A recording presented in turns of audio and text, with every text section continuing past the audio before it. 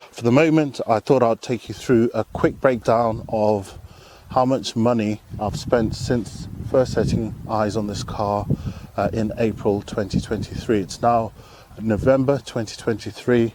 What I truly love about this car are the revs. So if you look at the rev counter, I'm going to show you how to replace the battery on your Range Rover key fob. The L322 has left me stranded. I have had to pick up my other car, and here we are stuck. Let's have a look.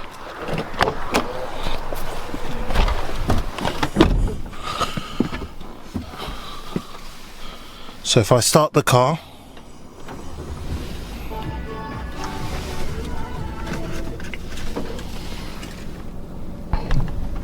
we have a restricted performance, charging system fault.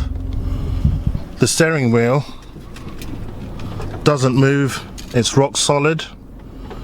So we're going to have to abandon the car until tomorrow morning, where I'm going to remove the battery, charge it, and hopefully that will get the car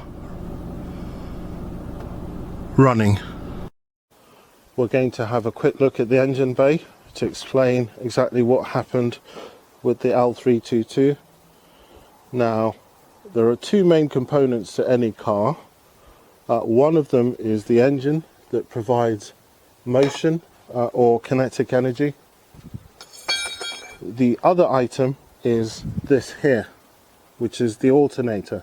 Now, this provides charge to the car. So as the engine is running, the motion that occurs here is what generates electricity in the car. And what happened with the L322 is this belt snapped, so the alternator could no longer charge, hence you had the charging system fault. So it was a pretty simple fix in the end to get the L322 back to where it needed to be, as in back on the road.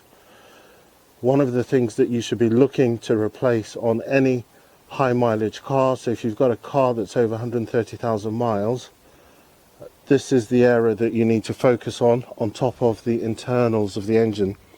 Now, as you know, we've already had the engine out, and we've replaced the big end bearings, we've replaced the piston, we've replaced the turbos. Obviously this is a petrol engine and not a diesel engine, but many of these components are the same. So if you look here, you have all these belts that need to be replaced. You need to replace all of these pulleys and all of this metal here. As you can see these pulleys, a lot of them are rusted, they all need to be replaced. Replace all these screws. This is a thermostat here, you need to replace that. There's a water pump behind this here, that needs to be replaced. And once you've replaced all of these items, including the radiator, you'll find that you'll have a much more reliable vehicle. Yes, it can be done. You can own a Range Rover for £10,000. That's how much it's cost to get this rangy back to where it needs to be, which is in the countryside. We're just going to go for a short drive. When I purchased this Range Rover, this here was missing. It was actually in the car, it was beneath the driver's armrest, and as you can see there's a lock on here which indicates keyless entry, and I suspect that the previous owner who lived in Mayfair removed this to mitigate theft. If you look at the wheel cap, there's loads of corrosion around the cap. We're just going to replace the cap, and I've got a cloth and a screwdriver.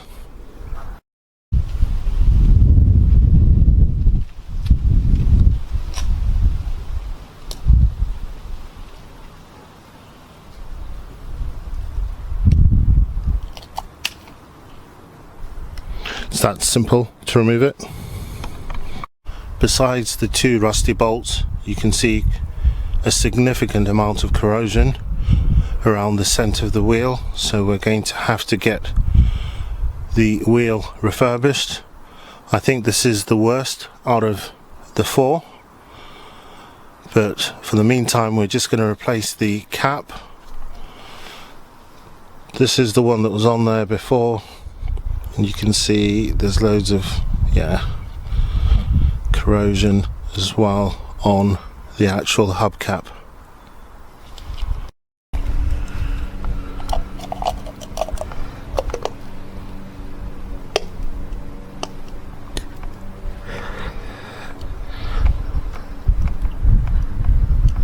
And the passenger side rear.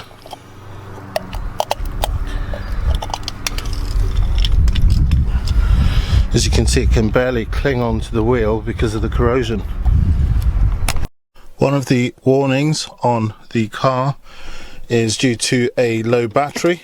As you can see, I have these Duracell 2032 batteries, which are the ones that this key fob uses.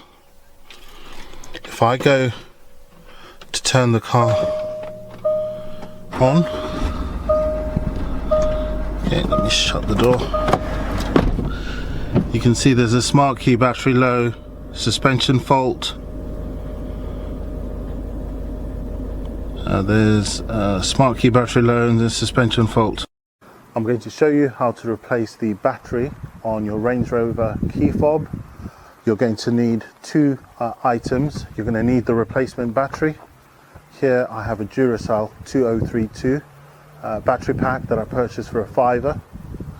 You're also going to need a hook and pick set that will allow you to pick out the battery if it gets stuck. So let's not waste any more time and let's do this.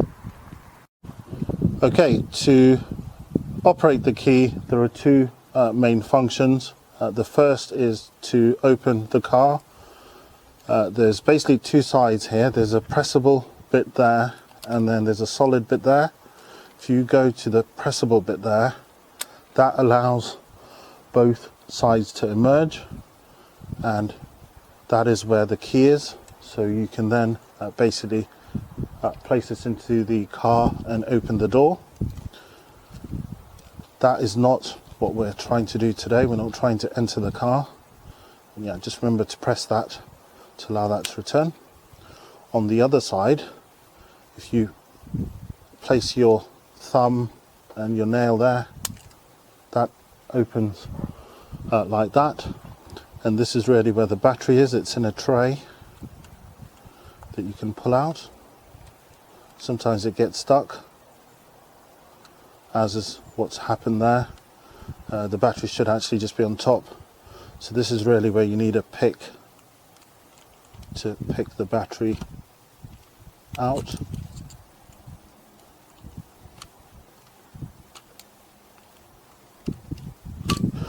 There, and that's it's dropped in there. So there is the battery, and we now need the replacement that we have obviously here, and I'll just quickly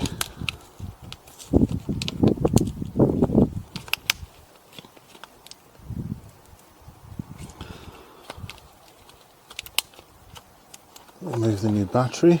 It's got a sticker on it. You'll just have to remove there. We'll just put that on the old battery. Okay, you can see the top side, it's got all these kind of dots on it, so you can't really get it wrong. And then find this tray, place this on there, and then slide it back in. There, and then shut it. That's all there is to it. So let's check the car and see if the error has gone away. So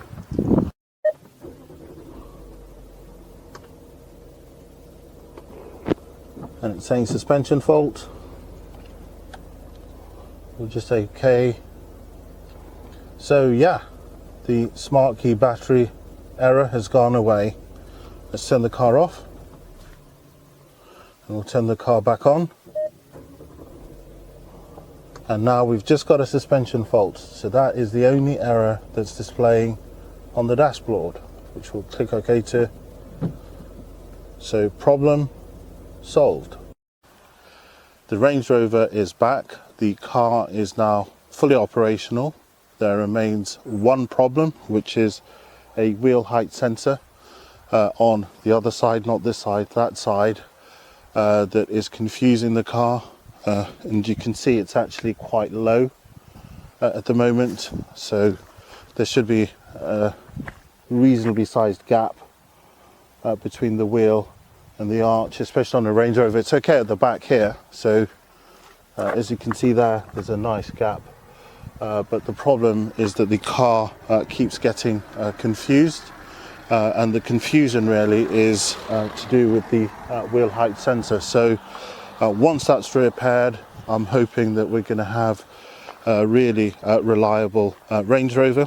For the moment, I thought I'd take you through a quick breakdown of how much money I've spent since first setting eyes on this car in April 2023. It's now November 2023, and I am £13,000 in, so a huge amount of money. Let me show you exactly what that has gone on. So I have a list on my phone. Let's just see if I can bring that up.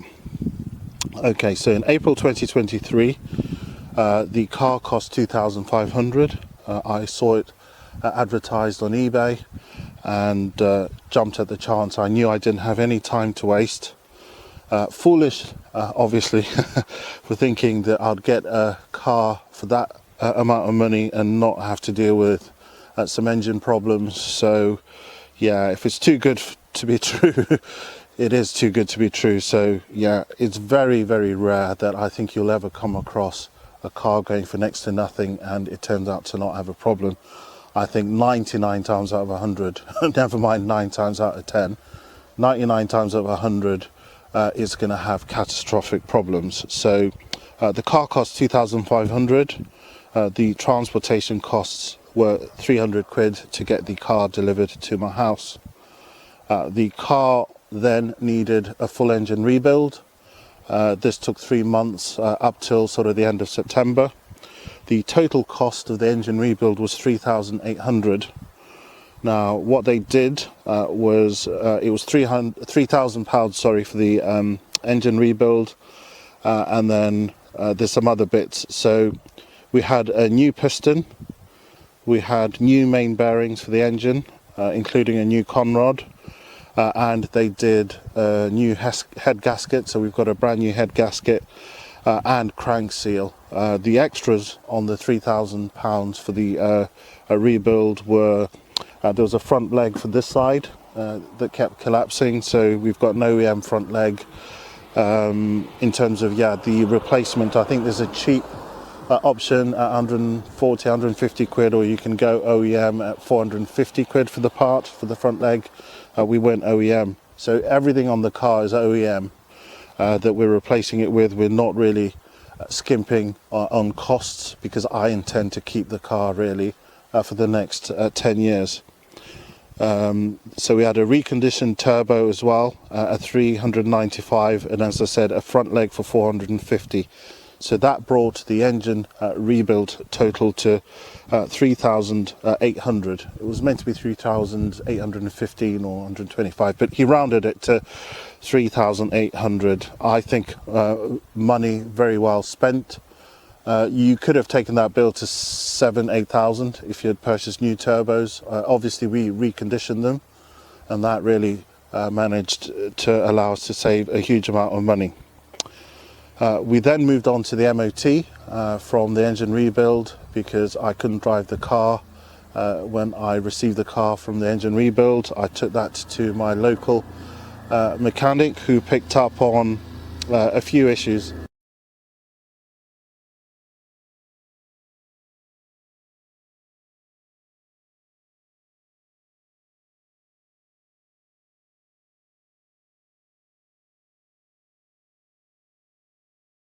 yeah, we ended up really spending another £500 for the MOT, which was a brake pad, and this was almost welded to the caliper. So I ended up having to replace the caliper as well. It's a well-known fault on Range Rovers. I think it's just due to the weight and the heat. It ends up almost welded into sort of the caliper. So that was an extra 500 quid that I wasn't expecting to spend for the MOT. Now, I obviously recently saw a Land Rover incident where there's a car that drove into school and I think it killed a little girl, and I've always been just a bit uber cautious really with these kind of 3-ton cars to ensure that, you know, the suspension and the braking system is first class. So some would say that I didn't need to replace the brake pipes. It's quite a big job, but we went ahead and did it. So I've had all the brake pipes replaced, so they're brand new. It's quite a fiddly job, not the brake wires, as in I'm talking about the actual pipes that connect to the brake fluid reservoir, and you've got to kind of bend them all into shape all around the car. So really pleased I managed to find a mechanic that was willing to take that job on.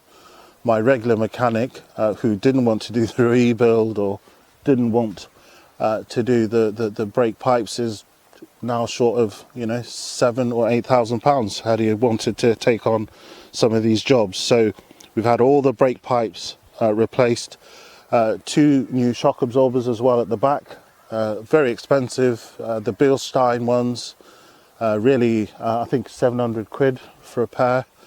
We're going to be looking to replace the front ones again with Bilstein. So yeah, very good sort of suspension. So that was another 1,900 quid, 925 quid.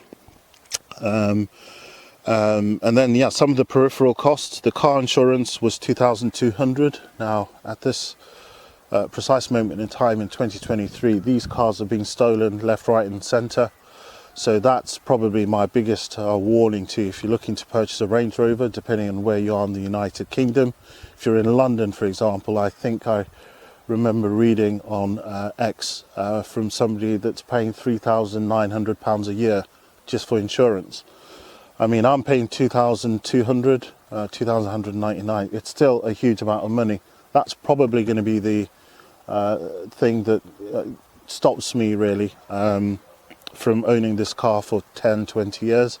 Yeah, I don't fancy paying 10 or 20 years at £2,000-3,000 insurance. So yeah, I'm hoping that they get on top of the car theft situation in London, but I can say I truly understand why now, because it's the cost of the parts on these cars that's a nightmare. Pretty much anything you want replaced, you go to the mechanic. Not only does it take forever to get the part ordered, it's also got to be ordered from Land Rover typically, and it usually just costs an absolute fortune. I've always had to pay a deposit really to get the repairs done, and that's just due to the expense of the parts. So that was 1,925, yeah, for the rear brake pipes front to back, plus he fitted 2 flexi on each side. There's a steering rack inner and outer tie rod both sides. There was 2 new Bilstein shock absorbers at the back. Also did antifreeze, brake fluid, a new belt, and some new vacuum pipes. So in total we're looking at £12,970 that I've spent on everything, including insurance, to get this car to a stage where it's probably good enough now to drive from John O'Groats to Land's End, or from Land's End to John O'Groats. So a colossal amount of money. Most of it really has been spent on parts. It's the parts for this car that are astronomically expensive and prohibitive, I'd say, for many people. If you're living in sort of the home counties area, I can't really see this being a viable option, especially with the cost of insurance at the moment. So I believe that there's a lot of, well, I think there's a couple of things that you could do to instantly reduce the theft in London.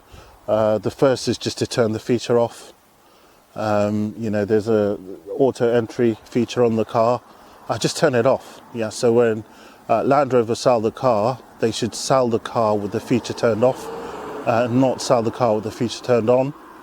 I'd also advise most Land Rover owners to just turn the feature off. I think it's just double click on the key. I'll see if I can show you that later.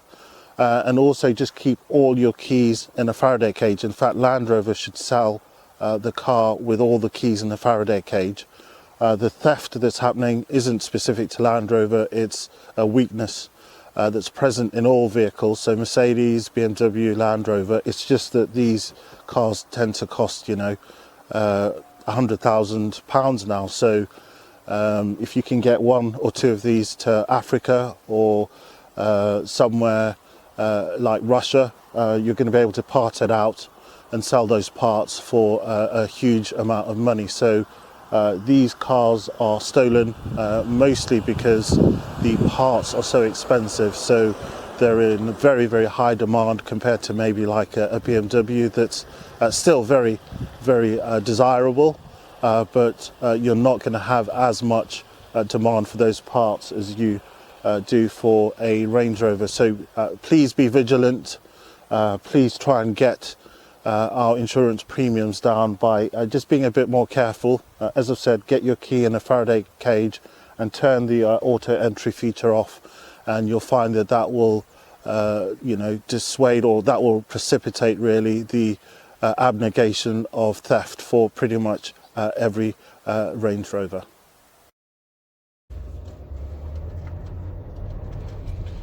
So the car is extremely bumpy at the moment because we're looking to replace one of the wheel sensors.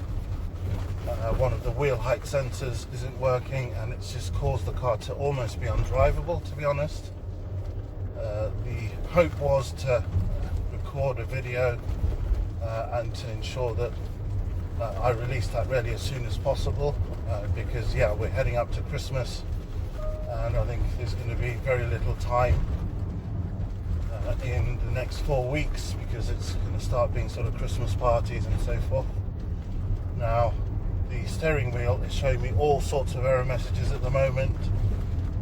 Stability control not available, HTC not available, emergency brake assist not available. I'm not sure why they feel the need to broadcast these messages, as 99% of Range Rover drivers will have absolutely no clue what on earth these error messages mean. And in fact, I think they actually cause the driver more panic because they think that a lot of stuff has gone wrong. And I think this is really why Range Rovers get a bad reputation.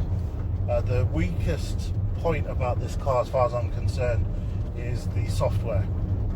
It's quite nice, it's attractive. I believe this is probably written in Java or a modern sort of imperative language like C#, but I think it's going to be Java.